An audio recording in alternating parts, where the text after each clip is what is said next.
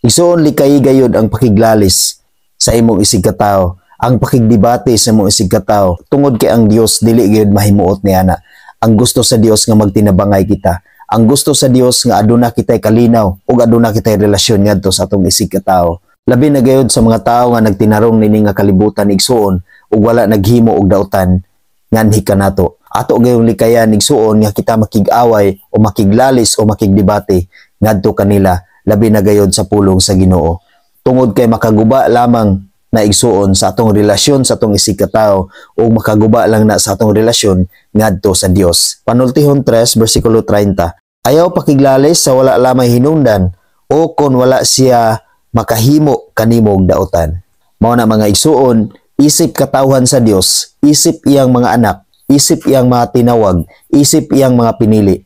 Atong likayan ang pakiglalis ngadto sa uban. Tungod kay ang pakiglalis makaguba lamang kana sa atong relasyon ngadto sa atong isig katawo ug makaguba ngadto sa relasyon sa Dios.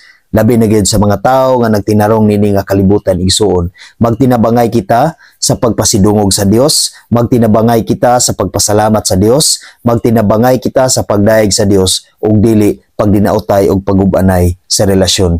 Tungod kay ang tanan igsuon mahimut-an sa Dios kung magbuhat kita ug maayo ngadto sa atong isig katawo. Ug ang Dios mahimuot kanunay sa tawo nga adunay maayo nga kasing-kasing ngadto sa iyang isig katawo.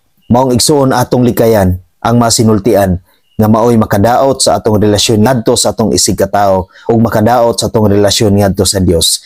Maningkamot kita igsuon nga kita mahimo nga panalangin ngadto sa uban ug dili kita mahimo ang kapandulan ngadto sa ilang relasyon sa Dios. Maningkamot kita igsuon nga dili kita ang mahimong kapandulan nila sa ilang pagtuo ug pakigrelasyon ngadto sa Dios. Amen. God bless sa tanan.